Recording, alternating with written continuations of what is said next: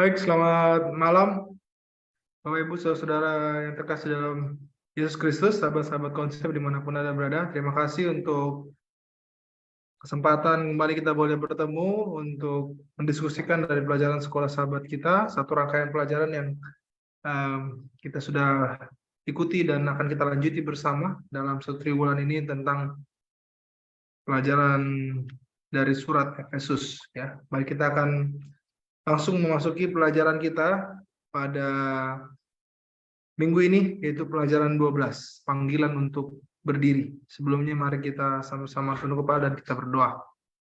Tuhan di surga, terima kasih untuk kesempatan kembali kami boleh datang kepada Tuhan, belajar dari pelajaran sekolah sahabat yang kami akan diskusikan dan renungkan bersama. Berikan kami akal budi bijaksana dari surga untuk memberikan kami pemahaman dan pengertian dari pelajaran sekolah sahabat ini, terlebih menumbuhkan iman, pengharapan kami lebih dekat kepada Tuhan. Dekati Pendeta Jimmy Huta Barat yang akan membawakan ringkasan pelajaran sekolah sahabat pada malam hari ini. Dan seluruh sahabat-sahabat konsep yang menyaksikan, biarlah Tuhan juga memberkati. Terima kasih Tuhan, dalam nama Yesus kami sudah berdoa. Amin. Baik, pada saat ini kita akan langsung mendengarkan ringkasan dari pelajaran sekolah sahabat kita, panggilan untuk berdiri yang akan dibawakan oleh Pendeta Muda Jimmy Huta Barat. Dan jika ada pertanyaan dari pelajaran kita pada malam hari ini, seperti biasa, saudara bisa menuliskan pertanyaannya di kolom komentar di Facebook, dan nanti kita akan bahas dalam pembahasan kita pada malam hari ini di ruang Zoom pada saat ini. Terima kasih. Silakan Pendeta Jimmy Huta Barat, saya berikan waktu dan kesempatan. Baik, terima kasih Pendeta Abigail Siombing yang sudah memberikan waktu ini, juga kita semua sahabat-sahabat konsep yang sudah bergabung di live Facebook. Pada malam ini kita akan kembali mempelajari pelajaran sekolah sahabat kita yang berjudul panggilan untuk berdiri. Saya akan share screen dulu.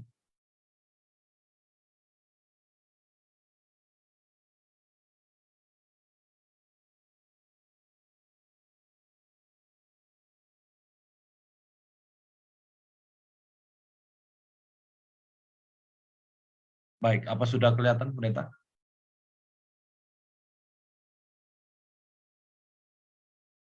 Sudah, Pastor. Ya, oke. Terima kasih. Baik, kita bersyukur pada Tuhan malam ini kita dapat kembali membahas pelajaran sekolah sahabat, dan judulnya adalah panggilan untuk berdiri, di mana ayat hafalan terdapat dalam Efesus 6 ayat 10 dan 11. Demikianlah firman Tuhan, akhirnya hendaklah kamu kuat di dalam Tuhan, di dalam kekuatan kuasa-Nya. Kenakanlah seluruh perlengkapan senjata Allah, supaya kamu dapat bertahan melawan tipu muslihat iblis. Ya, dalam Efesus 6 ayat 10 dan 11. Bagaimana ayat ini selalu diulang-ulang dalam pelajaran sekolah sahabat kita, yang menekankan bahwa umat-umat Tuhan akhirnya di dalam kehidupan mereka harus selalu kuat di dalam Tuhan, di dalam kekuatan kuasa-Nya. Dan bagaimana cara untuk kuat di dalam Tuhan? Dengan cara mengenakan atau memakai seluruh perlengkapan senjata Allah. Nah, apa saja itu perlengkapan senjata Allah? Mari kita lihat selanjutnya dari pelajaran kita ini. Sabtu petang, tanggal 9 September, ada satu kisah di mana Elisa dan para pelayannya, ya, pada saat itu melihat bagaimana keajaiban Tuhan di dalam kesesakan yang mereka hadapi. Pada saat prajurit-prajurit musuh mengepung mereka di perkemahan mereka, tetapi ada kuasa Tuhan melalui keajaiban yang terjadi di tempat itu, di mana ada banyak malaikat-malaikat Tuhan yang berkuda, pasukan Tuhan, bala tentara Allah yang datang untuk bersama-sama dengan Elisa dan juga para pasukannya atau para orang-orang daripada Elisa. Kereta berapi di sekelilingnya di dalam 2 Raja-Raja 6 ayat 15 sampai 17, dan itu membuat orang-orang yang ada menjadi takut, dan akhirnya mereka tetap berdiri di dalam kuasa Tuhan. Ini merupakan satu kisah yang kita dapat baca di rumah kita masing-masing kalau mau kita perdalam, ya, di 2 Raja-Raja 6 ayat 15 sampai 17. Dan di dalam pelajaran kita ini juga, ya, Paulus hendak menekankan bahwa pertentangan-pertentangan besar dalam kehidupan umat-umat Tuhan juga akan terjadi, dan itu nyata. Peperangan, pengepungan, di mana kita harus siap sedia untuk tetap berdiri dalam setiap hal yang kita hadapi di dunia ini, khususnya sebagai umat Tuhan yang hidup penuh dengan pergumulan iman dalam menghadapi godaan-godaan dari iblis atau musuh kita. Baik, dalam pelajaran hari Minggu, judulnya adalah pidato pertempuran. Umat Tuhan harus melawan kejahatan yang dilancarkan oleh setan, godaan-godaan yang dilancarkan oleh setan. Ini ibarat pertempuran yang besar yang terjadi di dalam kehidupan umat-umat Tuhan, mulai sejak zaman dahulu, para nabi, para rasul, dan juga bahkan kita yang hidup di zaman sekarang ini. Dengan menjadi kuat di dalam Tuhan, di mana umatnya harus melengkapi diri dengan senjata yang Tuhan berikan bagi umat-umatnya. Nah, ini dia ya, bagaimana supaya kita bisa kuat di dalam Tuhan dengan cara memperlengkapi diri dengan senjatanya atau senjata yang Tuhan berikan sendiri. Oleh karena senjata yang kita buat itu tidak akan membuat kita cukup kuat di dalam menghadapi atau melawan kejahatan setan. Ya, jadi harus dengan memperlengkapi diri kita, yaitu melalui peralatan-peralatan atau senjata-senjata yang Tuhan berikan bagi umat-umatnya. Apa saja itu perlengkapan senjata Allah yang harus digunakan, yang harus dilengkapi oleh umat-umat Tuhan? Dalam Efesus 6 ayat 13, dikatakan demikian. Sebab itu ambillah seluruh perlengkapan senjata Allah, supaya kamu dapat mengadakan perlawanan pada hari yang jahat itu, dan tetap berdiri sesudah kamu menyelesaikan segala sesuatu. Ya, jadi berdiri ada satu kali disebutkan di ayat 13. Lalu kita baca ayat 14. Jadi berdirilah tetap tegap, berikat pinggangkan kebenaran, dan berbaju zirahkan keadilan. Nah, di sini lagi diulangi kata berdiri, ya, sama seperti judul pelajaran kita sepanjang 1 minggu ini. Lalu ayat 15, kakimu berkasutkan kerelaan untuk memberitakan Injil damai sejahtera. Ayat 16, dalam segala keadaan pergunakanlah perisai iman, sebab dengan perisai itu kamu akan dapat memadamkan semua panah dari si jahat. Ini adalah perlengkapan-perlengkapan yang Tuhan sediakan untuk dipakai oleh umat-umat Tuhan dalam menghadapi musuh, untuk tetap berdiri siap melawan bila mana ada serangan-serangan yang datang.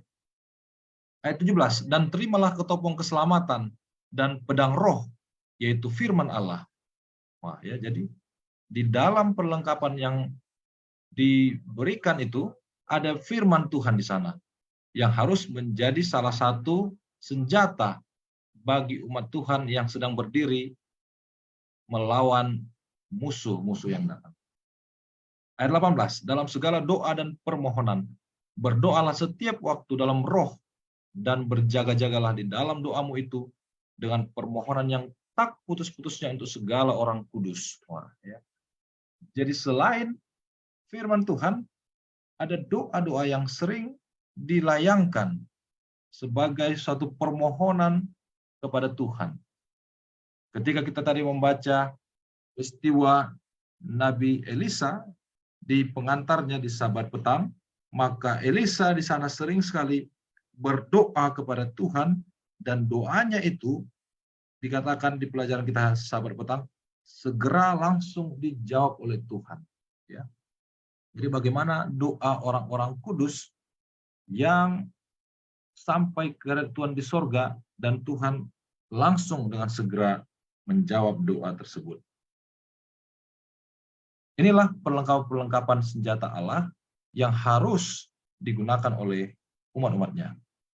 Dan kita harus mengetahui, diingatkan kembali dalam pelajaran ini, bahwa rahasia kemenangan bangsa Israel dalam pertempuran mereka di zaman Perjanjian Lama bukan oleh karena kehebatan mereka, bukan oleh karena alat-alat yang mereka gunakan, bukan oleh karena skill mereka dalam berperang, tetapi kemenangan mereka atas peperangan-peperangan yang mereka hadapi adalah oleh karena mereka bergantung kepada Tuhan, yang berdiri dan berserah kepada Tuhan yang memberikan kekuatan dan kemenangan. Bergantung pada kehadiran Allah di dalam peperangan itu, dan ada kuasa Allah menguasai mereka. Nah, ini kita bisa melihat ya, bagaimana ayat inti tadi dikatakan bahwa di dalam Tuhanlah ada kekuatan. Maka sesungguhnya seorang raja tidak akan dapat menjamin kemenangan atas bangsanya. Demikian juga sekalipun itu bangsa Israel. Ya. Sebabnya banyak kita lihat di dalam raja-raja orang Israel itu, walaupun raja Israel, tetapi bisa saja rakyatnya juga menderita, dan bahkan prajuritnya banyak yang binasa oleh karena tidak mengandalkan kekuatan Tuhan. Baik, Senin, menemukan kuasa di dalam Kristus. Paulus sang komandan pertempuran, ya, di dalam kisah Efesus ini, dia diibaratkan sebagai seorang komandan, ya, di depan, ya, pertempuran daripada umat-umat yang ada di Efesus. Dan bahkan juga ketika kita membaca kitab Efesus ini, maka akhirnya kita juga lah yang mengalami pengalaman yang sama seperti yang dialami oleh Efesus, dan kita perlu untuk mengenakan perlengkapan senjata Allah supaya kita kuat di dalam Tuhan. Paulus mengarahkan jemaat Efesus dan kita juga di zaman sekarang, di mana Yesuslah sebagai sumber kekuatan orang-orang percaya. Ya, jadi tidak ada yang lain yang dimana kita dapat menerima kuasa atau kekuatan selain daripada Yesus. Dan bukan hanya Yesus saja, tetapi semua oknum kealahan, ya, atau sering kita sebut Trinitas, terlibat di dalam peperangan besar yang harus dialami oleh manusia. Jadi kalau kita sedang mengalami cobaan, ingat bahwa semua oknum kealahan itu ada bersama dengan kita untuk memberikan kekuatan kepada kita sebagai umat Tuhan untuk bisa menang melawan peperangan yang diluncurkan oleh si jahat tersebut. Baik, hari Selasa, pertentangan besar dalam surat-surat Paulus.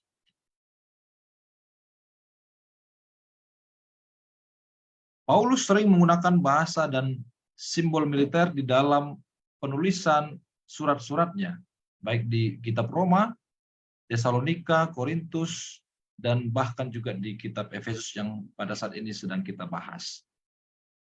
Di mana ayat-ayat di atas merupakan ciri-ciri seorang prajurit teladan ya, yang memperlengkapi dirinya sebagai seorang militer, ya, untuk menunjukkan bahwa dia terlatih, ya, dia adalah seorang teladan, siap sedia untuk berperang dan tidak pernah takut, tetap berdiri di dalam setiap hal yang terjadi di dalam kehidupannya. Begitu juga umat-umat Tuhan di dalam kehidupan keimanan harus seperti seorang prajurit ini yang tetap berdiri menghadapi musuh-musuh mereka. Perang kosmik antara yang baik dan jahat, Kristus dan setan, yang sudah berlangsung sekian lama, ya, mulai sejak di sorga dalam Yesaya 14 ayat 12. Wah, engkau sudah jatuh dari langit, hai bintang timur. Itulah Lucifer yang sudah dibuang, kemudian dia memberontak, ya, dia akhirnya menyerang Tuhan dan terjadilah peperangan besar atau pertentangan besar, yaitu yang sering disebut perang kosmik, ya. Dan ini berlangsung sampai nanti di penutupan sejarah dunia ini. Tetapi akhirnya itu semua akan ditutup oleh kemenangan Yesus dan umat-umat tebusan yang akan diselamatkan. Di mana Kristuslah sebagai penakluk daripada kuasa setan dan setan itu sendiri. Dan dia menang dan dia ditinggikan baik di bumi dan di sorga. Dia disebut sebagai prajurit ilahi yang sudah datang, mati ke dunia, dan nanti akan datang kembali menjadi Tuhan yang memberikan kepada kita kemenangan mutlak hingga kita bebas dari godaan setan selama-lamanya. Baik, pelajaran hari Rabu, berdiri di medan perang kuno. Apa yang dimaksud dalam tulisan atau metafora Paulus ini? Mengapa dia seorang yang mendeskripsikan peralatan perang militer sebagai senjata bertempur dalam iman? Ya, jadi dikatakan tadi di sana ketopong, ya, lalu kemudian ada perisai, ya, lalu ada pedang. Secara sekarang ini sudah teknologi canggih, ya, bahkan nuklir yang digunakan. Tetapi kemudian Paulus memang memberikan satu gambaran tentang kejadian di masa yang lalu, di mana semua perlengkapan-perlengkapan seorang yang hendak berperang, sebagaimana yang sudah dituliskan tadi di dalam Efesus 6 ayat 13 sampai 17 tadi, ya, yang sudah kita baca. Yang ini mengartikan bahwa seorang prajurit harus siap bertanding satu lawan satu, ya, dengan adanya pedang, maka itu bisa digunakan untuk melawan satu lawan satu musuh. Ya, ini tidak berperang secara seperti sekarang pesawat tempur, ya, itu bisa menghancurkan, satu pesawat bisa menghancurkan banyak areal, tetapi peperangan yang diilustrasikan oleh Paulus di sini adalah peperangan yang memang harus siap sedia ketika dilakukan peperangan satu lawan satu atau langsung sparring, ya, dalam bahasa dunia persilatan. Di zaman kuno, perang dilakukan dengan jarak yang cukup dekat, bahkan menerima pukulan bisa sebanyak ratusan kali. Itulah sebabnya perlu berdiri, ya, pasang kuda-kuda, ya, membuat satu pondasi atau satu pergerakan, dasarnya harus kuat supaya tidak gampang jatuh atau ditundukkan oleh lawan. Dan harus penuh semangat, ya, tidak boleh seorang prajurit loyo-loyo atau tidak sigap. Nanti dia bisa diserang oleh lawan dan gampang sekali untuk kalah dan jatuh. Tidak boleh bersikap santai, harus tetap berdiri untuk siap dalam pertempuran yang akan dihadapi, baik itu jarak dekat ataupun jarak yang jauh sekalipun. Pelajaran hari Kamis, bergulat melawan kekuatan jahat. Ya, bagaimana Paulus juga mengilustrasikan bukan hanya peperangan satu lawan satu memakai pedang, ya, tetapi juga peperangan yang terjadi di dalam kehidupan umat-umat Tuhan itu ibarat orang yang sedang bergulat, ya, yang harus membutuhkan tenaga yang kuat untuk menjatuhkan lawannya. Ya, itulah bergulat, ya, harus penuh dengan perjuangan sampai jatuh baru dia kalah. Perjuangan yang sangat berat. Ya, biasanya orang-orang yang bergulat itu adalah orang-orang yang besar badannya, kekar, dan sangat sulit untuk dijatuhkan. Dan seperti itulah kira-kira perjuangan umat-umat Tuhan dalam menghadapi atau melawan kuasa si jahat. Perjuangan yang sangat sulit untuk dilakukan. Oleh karena harus menjatuhkan musuh. Di mana perjuangan itu bukan melawan orang biasa atau bukan melawan secara manusia seperti dirinya sendiri, tetapi melawan roh-roh jahat di udara. Wah, ini ya. Jadi bukan melawan orang biasa, tapi kuasa supranatural yang ada di dunia ini. Itulah sebabnya ketika kita mau melawan kuasa supranatural roh jahat itu, jangan pernah anggap enteng. Wah, gampang melawannya. Tinggal menggunakan ketopong keselamatan contohnya, ya. Tinggal menggunakan doa, ya. Itu bukan hanya sesimpel itu. Kita harus menggunakan seutuhnya perlengkapan yang Tuhan sudah berikan. Ini bukan melawan manusia biasa, tapi musuh Allah. Nah, ini ya, musuh Allah, bukan musuh kita. Musuh Allah, tetapi kita harus ikut melawannya kalau kita ada di pihak Tuhan. Ya, di mana musuh Allah ini dipimpin oleh seorang jenderal. Kalau sekarang jenderal bintang berapa paling tinggi, ya? Ah, itulah dia. Bintang 4 atau 5. Nah, ini juga tadinya seorang jenderal penguasa di sorga. Dan itu bukanlah sosok yang sembarangan. Dan kita membutuhkan perjuangan yang sangat berat, yang sangat besar untuk mengalahkannya. Tetapi dengan adanya Allah sebagai pendahulu daripada umat-umat Tuhan untuk berperang melawan setan, dan melalui perlengkapan senjata yang kita pakai, maka Tuhan dan kita sebagai umat Tuhan tidak akan pernah gagal dalam melakukan misi peperangan yang terjadi ini. Kesimpulan, umat Tuhan tidak pernah mau berdamai dengan dosa. Ya, di mana di kesimpulan hari Jumat ini sepertinya ada satu rekonsiliasi, ya, tanda kutip dilakukan di sana. Bagaimana kalau kita menerima perdamaian supaya tidak ada peperangan? Oh, tidak bisa, ya. Kita tidak bisa mentolerir dosa. Kita tidak pernah mau berdamai dengan dosa.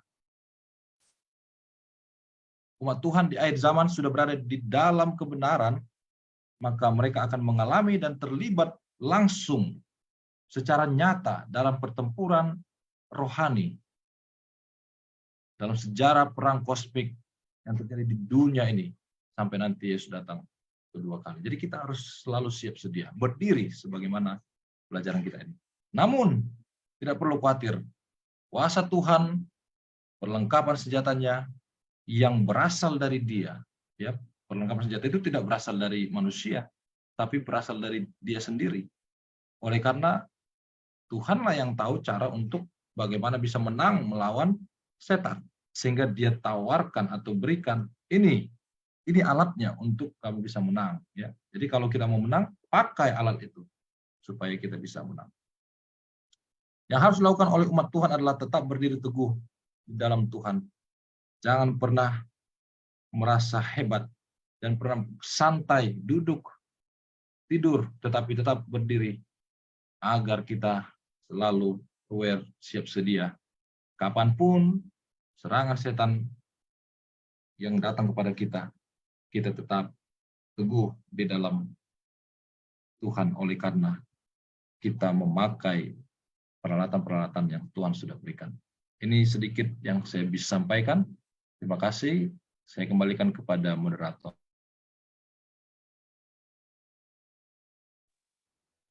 Baik, terima kasih Pendeta Jimmy Huta Barat. Ya, saya melihat satu pelajaran yang sangat baik ya, walaupun memang ini penuh dengan ilustrasi atau gambaran-gambaran yang Paulus coba berikan kepada kita untuk dapat kita aplikasikan dalam kehidupan kita ya. Paulus mengibaratkan kita sebagai sebuah atau seorang prajurit yang memiliki perlengkapan perang. Ya, walaupun relevansinya kalau kita sekarang kita tidak melihat prajurit itu secara langsung dengan mata kepala kita, dengan ketopong atau dengan perisai atau dengan pedang dan sebagainya.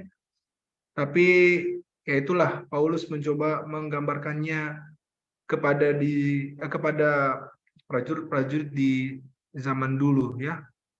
Baik, jika ada pertanyaan saya persilahkan bagi para sahabat-sahabat konsep dari pelajaran kita pada hari ini atau pada minggu ini, panggilan untuk berdiri ya, panggilan untuk berdiri. Sambil menunggu beberapa pertanyaan yang akan masuk, saya membaca ada satu pertanyaan di sini. Kalau kita melihat dari judul pelajaran sepanjang minggu ini, yaitu panggilan untuk berdiri. Berdiri dalam hal apa yang dimaksud? Ya, dan mengapa kita harus berdiri? Jadi saya tadi sempat melihat atau menyaksikan tadi Pendeta Jimmy sempat menyinggung ya tentang mengapa kita harus berdiri, lalu berdiri seperti apa yang dimaksud. Tapi untuk penekanan lebih lanjutnya, mari kita coba mendengarkan dari Pendeta Jimmy apa yang dimaksud berdiri dalam judul kita, panggilan untuk berdiri. Dipersilakan Pendeta Jimmy. Baik, terima kasih Pendeta Abigail ya. Jadi memang di dalam pelajaran kita ini ya, kata berdiri itu beberapa kali disebutkan ya dari ayat-ayat yang sudah kita bacakan tadi ya, di mana dalam ayat hafalan tadi dikatakan bahwa kita harus apa? Kenakan seluruh perlengkapan senjata Allah. Itu mengenakannya itu bukan dalam posisi tidur ya. Kita memakai baju contohnya itu harus memang berdiri ya, nggak boleh sambil duduk atau sambil tidur. Artinya kita sudah siap memakai itu ya. Kita harus bahkan tegap, dikatakan di ayat 14 Efesus pasal 6, tegap ya, siap di dalam posisi kuda-kuda ya, di dalam posisi memang bertahan kalau ada serangan ya. Dan berdiri itu menandakan bahwa sebagaimana ada orang-orang biasanya ya berdiri ya, itu berarti siap ya.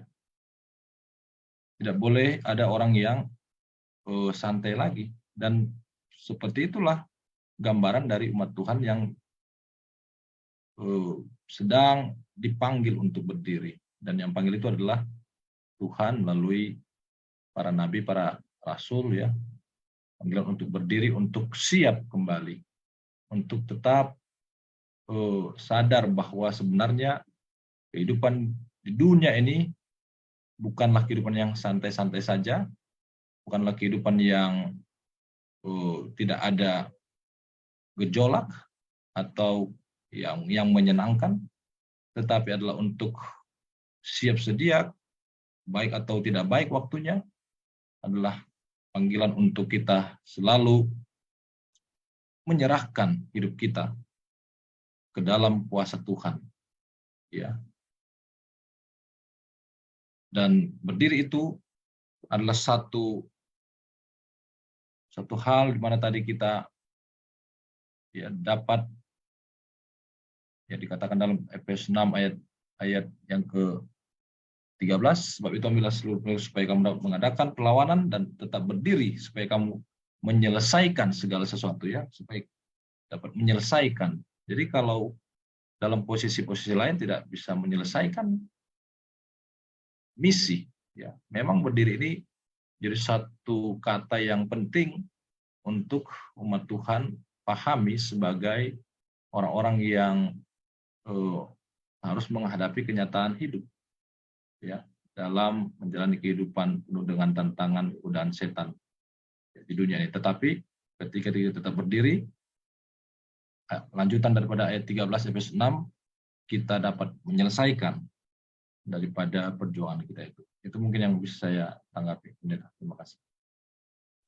Baik, terima kasih. Jadi berdiri itu menunjukkan satu kesiapan, ya, kesigapan kita dalam bertahan, dan berdiri juga menggambarkan satu kesiapan kita untuk menyelesaikan tugas-tugas yang diberikan atau menyelesaikan pertempuran, ya.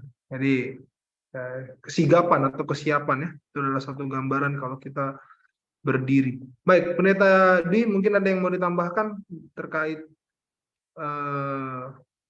kata berdiri, atau apa kira-kira gambaran dan makna dari panggilan untuk berdiri ini bagi kita? Silakan, Pendeta Dwi. Ya, selamat malam buat kita semuanya, para sahabat konsep dan para hamba Tuhan. Kata berdiri ini terdapat 2 kali, ya, di ayat 13, yaitu dengan frasa tetap berdiri. Artinya tetap berdiri itu tidak jatuh, tidak roboh, ya. Dalam artian tidak kalah, ya, tidak kalah.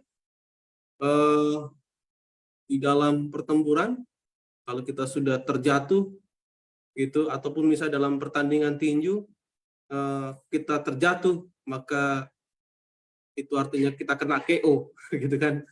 Nah, dan kemungkinan besar kita akan kalah. Nah, kemudian di ayat 14 di sini adalah berdiri tegap. Begitu. Berdiri tegap di sini artinya bahwa berdiri dengan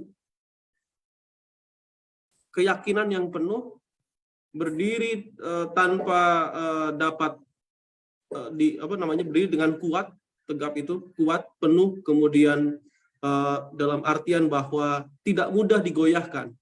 Kalau Pendeta Jimmy tadi menyebutkan sebagai memiliki kuda-kuda yang kuat, begitu. Jadi kuda-kuda yang kuat. Saya dulu pernah belajar ilmu bela diri. Jadi kuda-kuda ini sangat penting sekali.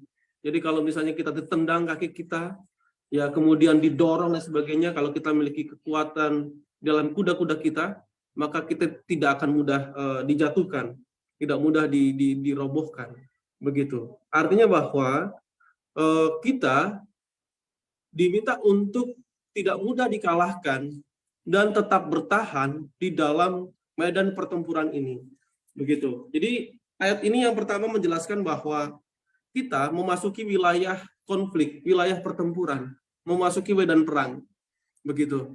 Dan kita tidak boleh kalah. Ya, Tuhan menyediakan segala sesuatu yang dibutuhkan untuk tetap bertahan di dalam medan perang ini daripada serangan-serangan setan. Tuhan sudah menyediakan semuanya, dan tanggung jawab kita adalah di sini dijelaskan adalah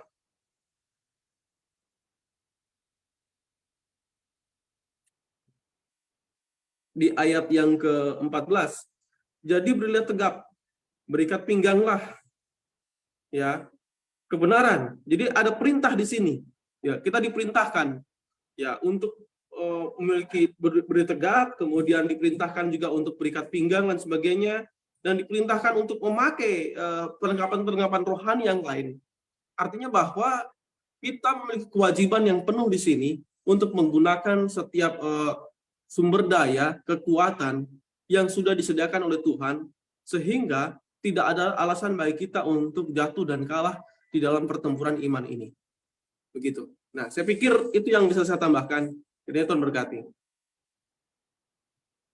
Baik, terima kasih. Jadi ini adalah satu penekanan kembali, ya, bagi kita semua, bagaimana Paulus menggunakan ilustrasi atau gambaran ini sebagai sebuah kesiapan bagi kita umat-umat Tuhan ya. Walaupun kita mungkin pernah jatuh, tapi kita harus ingat bahwa Tuhan memberikan kekuatan kepada kita agar tetap kita dapat kembali berdiri ya. Jadi saya mau berikan waktu ini kepada Pendeta Ardosi untuk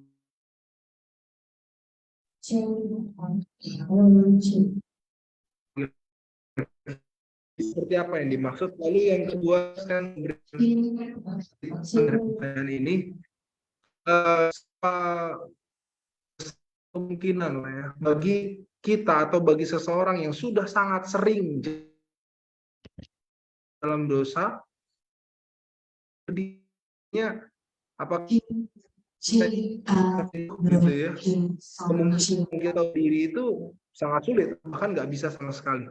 Baik, mungkin Halo, selamat malam. Mungkin bisa diulangi pertanyaannya karena terputus-putus karena jaringan internetnya mungkin Pendeta Abigail terganggu kayaknya. Saya oke, kurang sudah jelas. Suara saya kedengaran, Ya. Sir? Mudah-mudahan. Oke, baik. Ya, Jadi mudah. pertama, kalau kita bahas terkait judul kita yaitu panggilan untuk berdiri, kira-kira berdiri seperti apa yang dimaksud dalam pelajaran kita pada minggu ini. Lalu yang kedua, Sir, seberapa besar kemungkinan bagi kita atau bagi seseorang yang sangat sering jatuh untuk kembali berdiri? Apakah bagi orang yang sudah sangat sering jatuh atau jatuh berkali-kali akan semakin sulit untuk berdiri atau bahkan tidak mungkin lagi untuk berdiri? Silakan, Sir. Baik, terima kasih ya. Salam jumpa kembali sama sahabat konsep dan juga para pendeta di ruang Zoom ini ya. Nah, ini tadi sudah disampaikan oleh pemateri kita, Pendeta Muda Jimmy Huta Barat dan juga saudara kita Pendeta Muda Dwi Cahyono. Ya, kita diminta untuk berdiri karena kita akan menghadapi sesuatu. Duduk itu kan cenderung santai. Kalau berdiri itu cenderung hendak melakukan sesuatu. Sesuatu apa yang mau kita lakukan? Yaitu berperang. Dan berperang itu harus menggunakan perlengkapan senjata. Nah, perlengkapan senjata zaman dulu itu dibandingkan kita sekarang agak beda. Zaman dulu itu ada baju jirah, ada ketopong, ya, dan lain sebagainya. Nah, bayangkanlah kalau duduk, makainya kayak mana gitu. Kan susah mau makainya. Ya, makanya dia harus berdiri. Bahkan waktu Daud saja memakai pakaian Saul, itu kepanjangan pedangnya, ya kan? Padahal dia udah berdiri, tapi pedangnya justru kepanjangan. Ya, jadi memang berdiri itu adalah satu gambaran siap untuk melakukan sesuatu, siap untuk menghadapi sesuatu. Nah, dalam konteks cerita Efesus 6 adalah untuk menghadapi peperangan. Tapi sebelum berperang, Anda harus menggunakan seluruh perlengkapan senjata. Dan perlengkapan senjata itu harus digunakan saat kita berdiri. Kalau kita sudah pakai semua perlengkapan senjata perang, lalu kita duduk, itu tidak enak dia. Ya, memang harus berdiri, karena itu adalah lambang saudara akan menghadapi sesuatu dan siap melakukan sesuatu. Nah, pertanyaan yang kedua adalah, bagi Tuhan itu yang terpenting bukan berapa kali saudara jatuh, tapi berapa kali saudara bangun. Itu yang terpenting. Ya, dosa itu kan ada yang terus-terusan kita sengaja.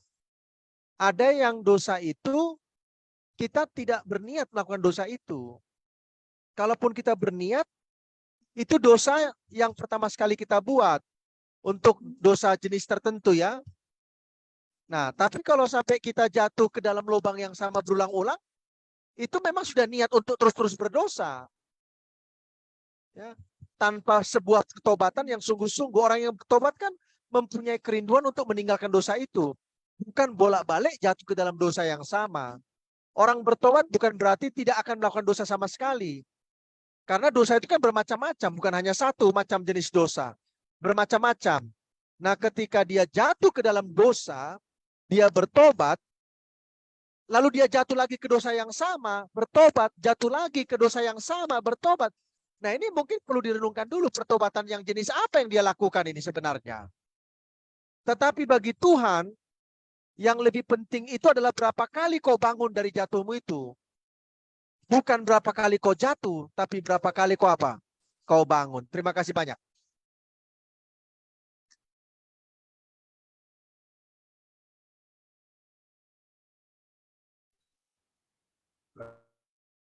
Terima kasih untuk tanggapannya. Jadi saya sangat merasa dikuatkan ya bagi saya secara pribadi dan kita semua. Jangan kita merasa insecure karena kita adalah orang yang berdosa, tapi Tuhan melihat bukan seberapa sering kita jatuh, tapi seberapa sering kita bangkit. Asal ada kemauan kita untuk bertobat dan bangun dan memperbaiki diri kita ya. Baik, saya kasih pertanyaan terakhir dari pelajaran kita. Sebenarnya apa yang dihadapi oleh jemaat Efesus sehingga Paulus menekankan kepada jemaat di Efesus untuk berdiri dan bersiap untuk menghadapi kuasa kegelapan atau si iblis ya. Lalu apa kira-kira yang mereka hadapi, yang akan mereka hadapi, katakanlah ya, dosa atau ancaman seperti apa? Dan kalau kita kalau kita relasikan kepada kita sekarang, kira-kira apa yang kita hadapi, dosa seperti apa? Karena menurut saya sepertinya berbeda apa yang di jemaat Efesus hadapi dengan kita sekarang hadapi. Serangan setan seperti apa yang dihadapi oleh jemaat Efesus dan kepada kita saat ini. Dan kira-kira bagaimana cara kita untuk tetap bertahan dalam menghadapi hal tersebut. Silakan Pendeta Jimmy Huta Barat, dan setelah itu saya berikan kesempatan kepada Sapardosi untuk menanggapi. Silakan. Baik, terima kasih Pendeta. Ya, jadi memang setan ini di setiap zaman dia selalu melancarkan aksinya ya. Dia selalu melakukan tipu muslihat, dia selalu mau menjatuhkan orang ya. Mulai sejak zaman Adam dan Hawa lah sudah kita tahu bahwa mereka juga sudah terhasut dan akhirnya kalah ya, jatuh ke dalam dosa ya. Dan itu terus terjadi di sepanjang zaman. Bahkan sampai zaman Paulus juga banyak juga orang-orang yang ada di Efesus juga mengalami peperangan itu. Itulah sebabnya Paulus memberikan nasihat-nasihat untuk mereka bisa menang. Bagaimana cara mereka bisa menang melawan godaan-godaan setan yang luar biasa tadi yang kita sudah pelajari dalam pelajaran sekolah sahabat, bahwa bukan melawan manusia biasa. Ini kekuatannya berbeda. Ya, kekuatan yang sangat sulit untuk dikalahkan secara manusia kalau dilawan oleh manusia ya, bukan lagi apple to apple ini, tapi sudah apple kepada suatu hal yang lebih hebat lagi. Maka di zaman itu untuk melakukan perlawanan ya sulit. Itulah sebabnya Paulus katakan supaya bisa menang, gunakanlah perlengkapan-perlengkapan ini. Ya. Dan ini juga menjadi hal yang sama di dalam kehidupan umat Tuhan di zaman sekarang, ketika kita menjadi pembaca-pembaca kitab Efesus yang juga hidup penuh dengan perjuangan dalam menghadapi kenyataan hidup di dunia ini yang penuh dengan peperangan kosmik yang kita rasakan juga dalam menghadapi cobaan-cobaan. Maka ini juga menjadi satu hal yang kita harus gunakan juga sebagai perlengkapan kita. Ya, bukan hanya perlengkapan di zaman dulu atau zaman kuno, ya, tetapi juga sekarang. Bahkan kalau kalau perlengkapan sekarang ini mungkin ini bisa merupakan perlengkapan yang canggih ya kalau kita konversi perlengkapan dulu kepada perlengkapan sekarang. Seperti apalah perlengkapan paling canggih yang ada sekarang ini yang bisa kita buat sebagai istilahnya ya, tetapi itu sebenarnya adalah perlengkapan-perlengkapan yang memang kita gunakan untuk kita dapat bertahan ya. Jadi yang paling penting adalah pengertian daripada perlengkapan-perlengkapan tadi itu ya. Kebenaran, nah itu kan, keadilan, kesetiaan, firman Tuhan, doa, itu kan yang paling penting. Sebenarnya itu wujudnya ya, bukan ketopongnya atau bukan pedangnya ya, bukan pedang siapa di sini yang paling besar, ayo gitu, bukan ya, tapi pengertian rohani daripada perlengkapan itu yang bisa kita terapkan di dalam kehidupan sehari-hari dalam menghadapi godaan setan. Terima kasih. Baik, terima kasih. Terberdosi, ada tanggapan, Sir? Jadi kira-kira apa yang dihadapi, serangan seperti apa yang di jemaat Efesus hadapi, dan kira-kira bagi kita sekarang, apa yang kita hadapi sekarang dari serangan setan pada zaman kita sekarang ini? Silakan, Sir. Baik, intinya serangan setan itu adalah bagaimana menjauhkan kita dari Tuhan pelan-pelan. Ya, dia tidak akan membuat kita menjauh dari Tuhan tiba-tiba atau frontal, tapi dibuatnya kita menjauh dari Tuhan pelan-pelan. Nah, ketika seseorang sudah menjauh dari Tuhan pelan-pelan, maka kesetiaannya kepada Tuhan pun akan berkurang pelan-pelan. Nah, ketika kesetiaannya kepada Tuhan pelan-pelan berkurang, maka penurutannya pun kepada Tuhan akan apa? Pelan-pelan berkurang. Nah, kan nggak mungkin setan katakan sama kita, ayo tinggalkan Tuhanmu itu. Nggak mungkin. Dia akan pelan-pelan. Apa caranya? Dibuatnya penarikan dunia itu lebih menarik daripada penarikan rohani. Contohnya apa itu? Kita lebih sibuk dengan teknologi. Ya kan? Kita lebih sibuk dengan urusan duniawi ini. Yang kita anggap mungkin itu tidak masalah. Contohnya, kita kerja sampai 12 jam, 14 jam untuk mencari kesenangan atau mencari rejeki. Nah, itu bagaimana? Sehingga akhirnya waktu kita itu habis dengan Tuhan. Nah, jadi ini di sini, jadi dia tidak akan membuat kita langsung meninggalkan Tuhan. Pelan-pelan, pelan-pelan. Penarikan dunia itu akan dibuat lebih menarik daripada penarikan apa? Rohani. Ya. Nah, inilah yang kadang-kadang kita tidak sensitif melihatnya. Loh, sebenarnya saya ini sudah mulai pelan-pelan menjauhi Tuhan. Ya. Nggak sensitif kita. Kita pikir itu biasa. Karena kita melakukannya tiap-tiap hari begitu. Padahal itu sebenarnya sudah tidak biasa. Dan kita anggap itu tidak lagi dosa. Ya. Nah, itu aja kita perlu ingat ya. Supaya apa? Itu jadi closing statement saya juga bahwa kata pelan-pelan ini menjadi kunci malam ini. Ya. Pelan-pelan setan menggoda kita, menjauhkan kita dari Tuhan. Itu pelan-pelan. Ya, dia tidak frontal langsung mengajak saudara saya meninggalkan Tuhan, tidak. Itu sebabnya kita harus gunakan seluruh perlengkapan senjata Allah untuk melawannya. Ya. Kita itu kalau berperang siap sekarang. Indonesia sudah latihan-latihan kita berperang. Walaupun belum ada perang sampai 10 tahun lagi mungkin. Ya. Kan kita kalau lihat-lihat di TV kan, oh, tentara Indonesia latihan perang, latihan perang. Ya sampai sekarang belum ada perangnya kan, tapi sudah latihan dia. Tidak ada orang latihan perang pas waktu perang. Itu bukan latihan lagi, sudah perang betulan. Jadi dari sekarang kita sudah harus latihan menggunakan seluruh senjata perang Allah untuk melawan siapa? Melawan setan. Terima kasih banyak, Tuhan memberkati. Baik, terima kasih banyak, Sir. Ini sangat luar biasa sekali ya.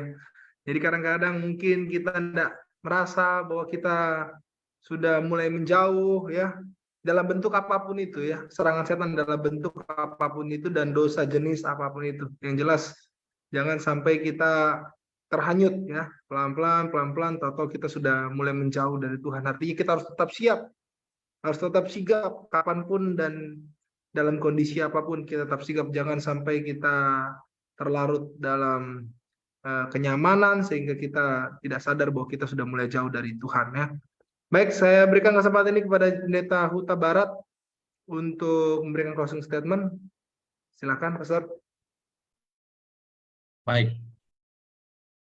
Jadi yang mau saya sampaikan adalah walaupun ya kita sekarang berada di dunia yang penuh dengan peperangan secara rohani ya yang dilancarkan oleh setan, tetapi jangan pernah khawatir karena kita tidak sendiri dalam berperang. Ada Tuhan juga yang akan menolong kita ya, sebagaimana di pendahuluan pelajaran sekolah sahabat kita ada pasukan kereta kuda berapi yang tidak kelihatan sebenarnya sedang ada di sekeliling umat Tuhan yang berperang menghadapi kuasa si jahat. Jadi ketika kita sudah mempersiapkan diri kita dengan perlengkapan senjata Allah, Allah itu sendiri pun sebenarnya ada bersama dengan kita dan akan membawa kita di dalam kebenaran. Terima kasih, Tuhan memberkati. Baik, baik, terima kasih Pendeta Huta Barat. Jadi jangan takut, kekuatan Tuhan dan penyertaan Tuhan tetap menjadi bagian kita semua. Baik, kita akan tutup diskusi kita pada malam hari ini. Pendeta Dwi Cahyono akan pimpin kita dalam doa. Silakan, Pastor. Baik, mari kita berdoa. Bapa di surga, terima kasih ya Tuhan atas berkat dan kasih-Mu pada malam hari ini bagi kami semua, para hamba Tuhan, umat-umat Tuhan, boleh kembali mempelajari pelajaran sekolah Sabat. Dan pada saat ini kami mendapatkan pelajaran yang sangat indah, di mana Tuhan telah menyediakan segala perlengkapan rohani yang kami butuhkan untuk memenangkan peperangan, pertempuran di dalam konflik global ini. Terima kasih ya Tuhan. Biarlah kami semuanya sebagai umat-umat Tuhan boleh menikmati berkat-berkat Tuhan ini, boleh memanfaatkannya untuk memastikan kami, supaya kami tidak dapat dijatuhkan oleh serangan dan tipu muslihat daripada kegelapan. Berkati Pendeta Cimuta Barat yang sudah menyampaikan firman Tuhan, berkati para hamba Tuhan, pembimbing kami, Sarmuton Pardosi, dan juga setiap pemirsa, para umat-umat Tuhan yang memperhatikan pelajaran ini, yang belajar pelajaran ini. Biarlah mereka semuanya, kami semuanya, boleh menikmati kasih karunia Tuhan, dan boleh diberkati oleh Tuhan, dituntun oleh Tuhan, diberikan kuasa, dan ditolong oleh Tuhan, supaya kami dapat berdiri di dalam pertempuran melawan kegelapan. Terima kasih Bapa. Kami serahkan semuanya ke tangan-Mu, di dalam nama Tuhan Yesus kami telah berdoa dan mengucap syukur. Amin. Amin.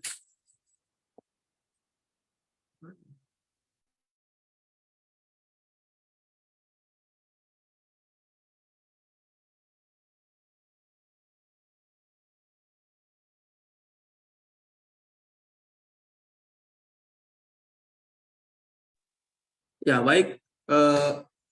Sepertinya Pendeta Abi terputus, ya. Jadi terima kasih untuk para hamba Tuhan dan juga umat-umat Tuhan yang sudah tergabung menyaksikan pada malam hari ini, ikut diskusi maupun nanti yang akan memperhatikan pelajaran sekolah Sabat ini pada hari-hari berikutnya. Biarlah pada malam hari ini Tuhan berkati saudara-saudara dan kita akan berjumpa di pertemuan yang akan datang. Kiranya Tuhan berkati kita semuanya.